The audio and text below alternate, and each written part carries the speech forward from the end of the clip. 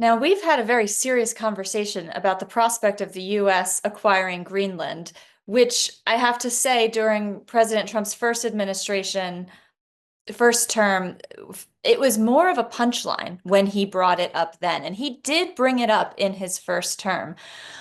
Obviously, a lot has happened between his first term and second term, including a whole pandemic. But from a geopolitical lens and from your expert lens, what has changed between that first term and now that suddenly the US acquiring Greenland isn't a joke as much as it is a policy discussion that you and I are having?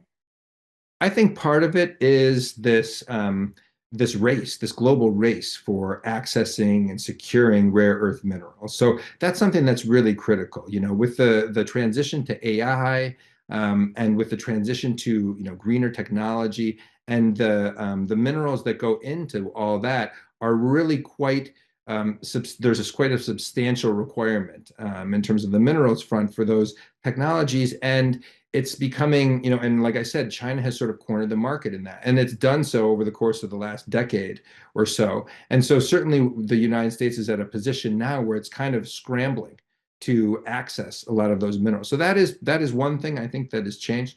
Another thing that has changed is, you mentioned that statistic earlier that, Arctic shipping has increased 37% over the last decade, right? So that is a trend that is anticipated to increase, and at an accelerating rate as well, right? So climate change is real, and whether you want to talk about it or not, the realities, whether on the ground or in the sea, are actually changing. And I think, states are starting to act in their own self-interest around that as they see opportunities, challenges, and the like. And so I think that that's another critical element that's changed. I guess there is also one third one, which is that it's hard to entirely dismiss the role of folks like Elon Musk and Peter Thiel and the like, and tech more generally within the Trump administration.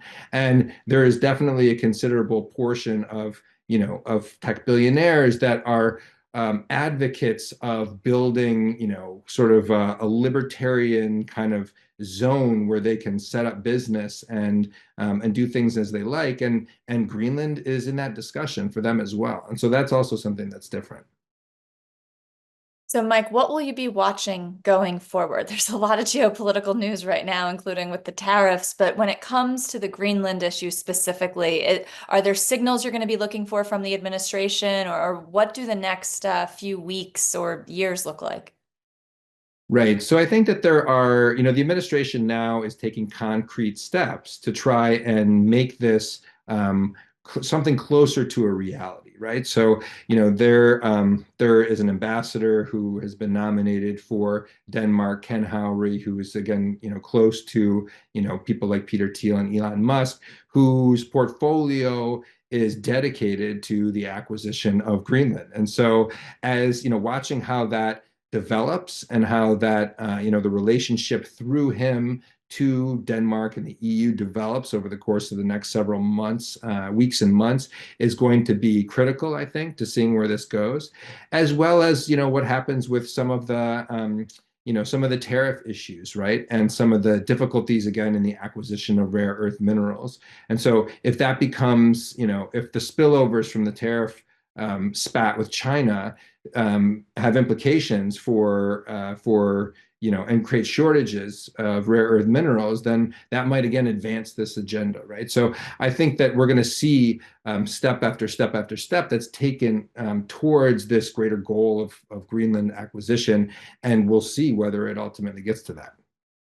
Mike Albertus, author of Land Power and a professor of political science at the University of Chicago. Thank you so much for joining us to talk about the United States and Greenland and geopolitical strategy. We so appreciate your time and insight.